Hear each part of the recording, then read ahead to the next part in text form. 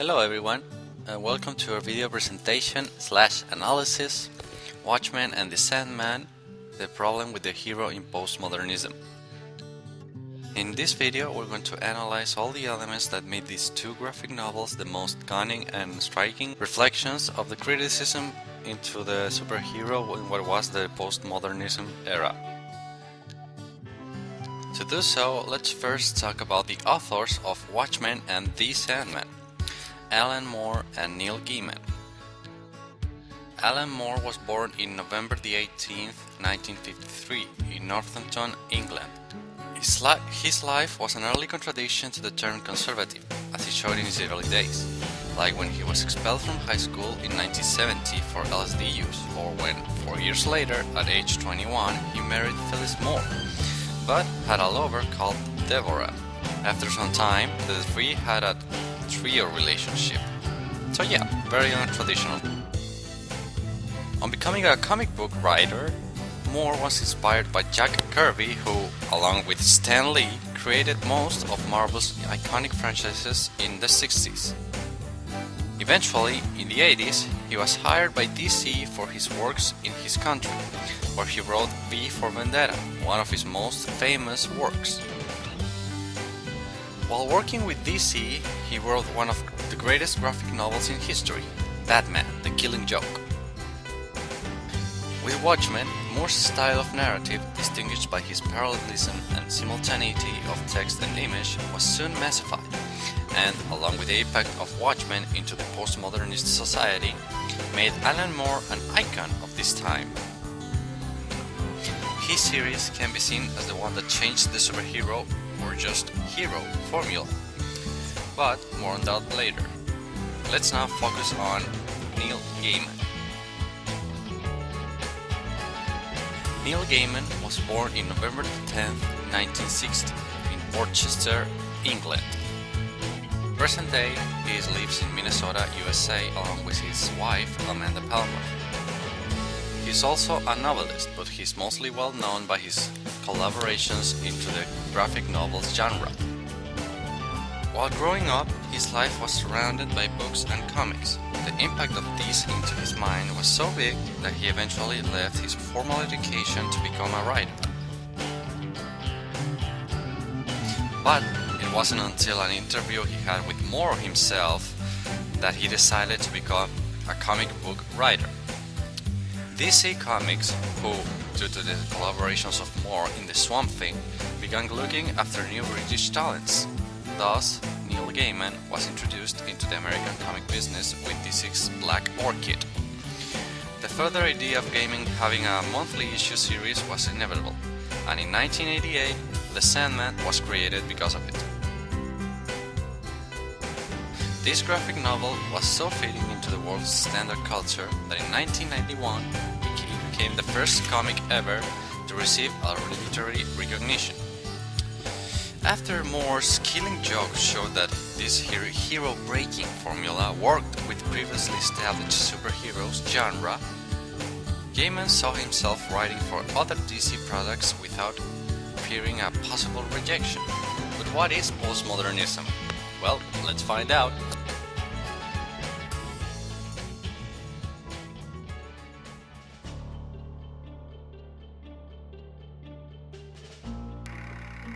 More technology, more factories, and more big cities.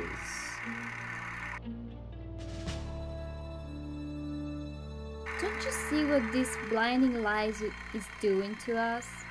Modernism is dehumanizing us. If this is simplifying humanity, we need to make it more complex. Let's change the way we tell stories.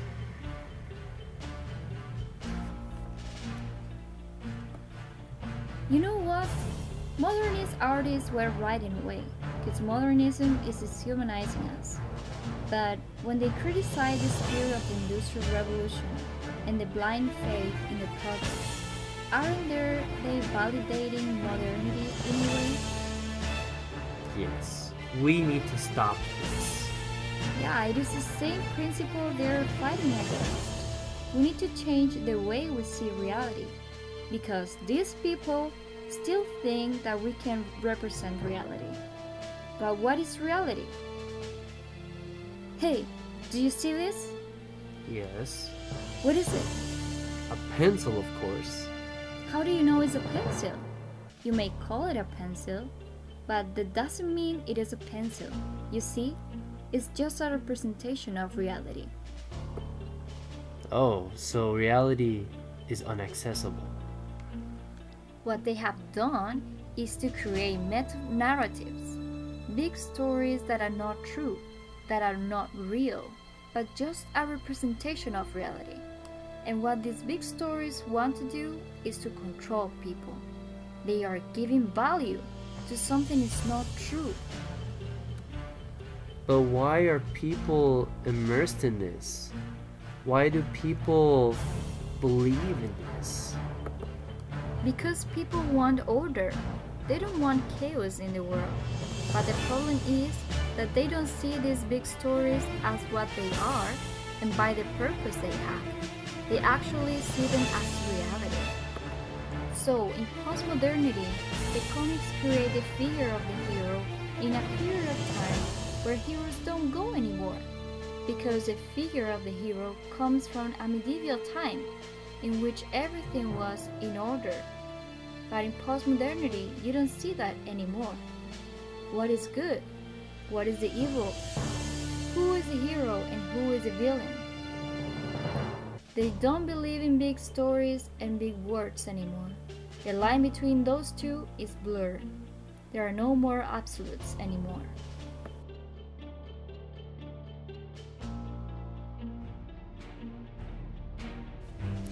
It's time to talk about the graphic novels themselves, so let's start with Watchmen.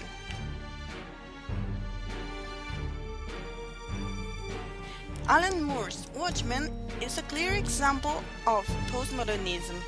It starts with the death of a hero, the death of probably the one who's got the most closest profile to what has been catalogued as a hero before. Rorschach warns the rest of the Watchmen of the risk they were running. It was not a simple coincidence. As the story unfolds, the reader can notice certain twists which leave behind the possible suspect so far.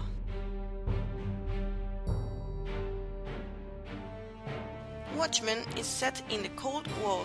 The tension between the USA and the Soviet Union is constantly addressed, and one member of the Watchmen, Dr. Manhattan, is apparently the only one who could protect the USA and lead them to win the war. Finally, the enemy was inside the Watchmen all the time. Ozymandias makes a montage and Dr. Manhattan is accused of the incident in New York. As a result, USA and Russia joined forces to fight against this new enemy who leaves the Earth. Fragmentation, resignification, and sense of superiority are concepts which can be found in Watchmen. The entire graphic novel offers a resignification of the hero. They share apparently a common objective. Nevertheless, they are biased by their personal interest and conception of moral at the same time.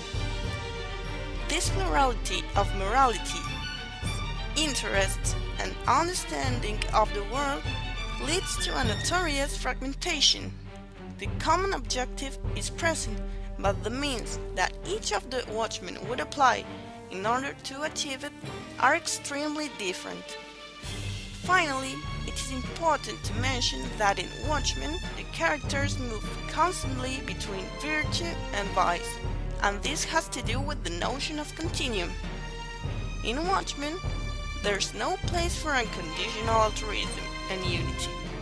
Heroes are willing to kill the ones they are fighting for if it is necessary. Regarding sense of superiority, there are characters in which it can be clearly noticed. Dr. Manhattan thinks that life is overrated. Comedian thinks that people is too serious, and Rorschach sees the rest of the humans as immoral.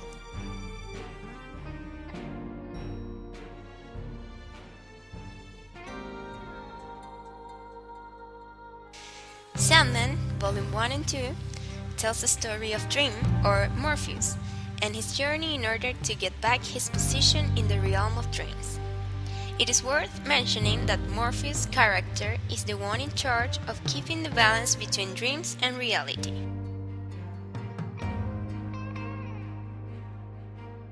This graphic novel addresses the conception of uncertainty through the relativization of everything.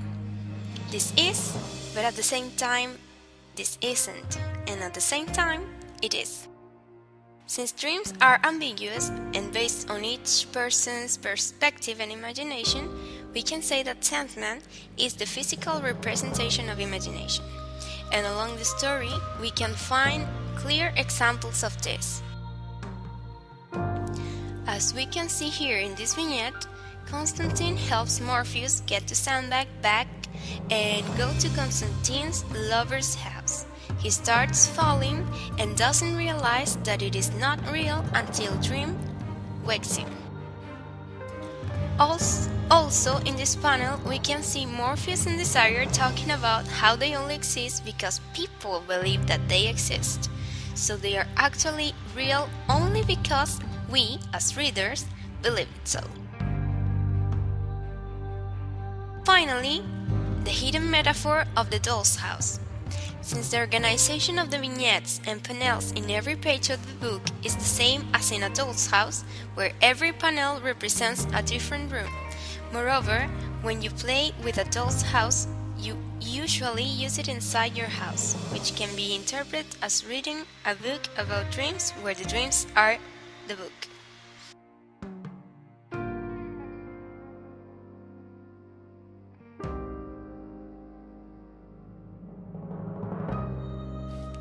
Moving on, we will discuss the appearance of metafiction and intertextuality in the novel. Intertextuality is addressed when Morpheus faces the other Sandman, the one that took Morpheus' place while he was absent, because that Sandman has his own comic with his own stories, so his appearance is a clear example of intertextuality.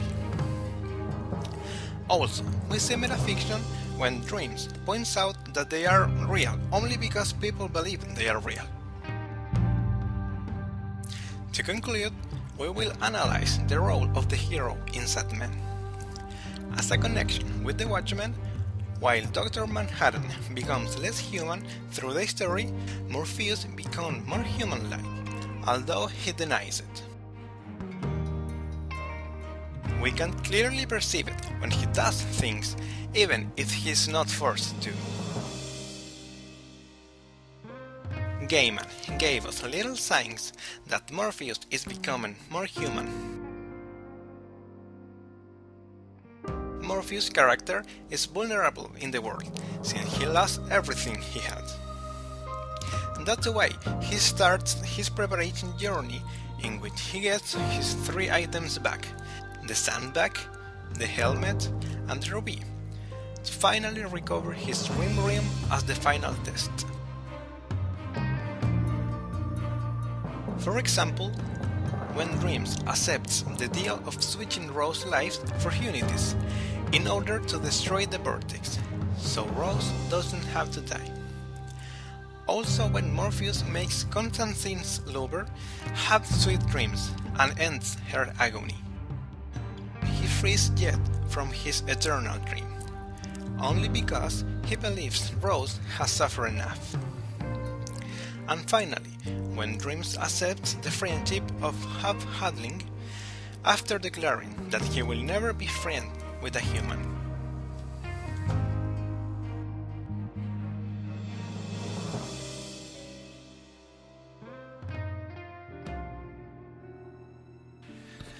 As a conclusion, we all can agree that postmodernism works as a reaction to modernism, which was already established in a prior way.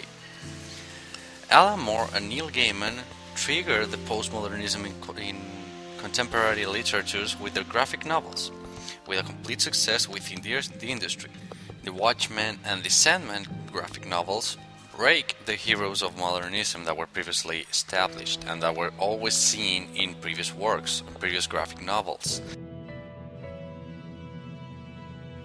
This breaking was so big that it was possibly influential to the line that DC took after Crisis on Infinite Earths in 1986, which was a complete reboot of their characters, and that also included an extraordinary change in the narrative and the conception of the superhero world/reality. With all that said, we can end the video. Thank you all for watching, have yourselves a fantastic night, and take care.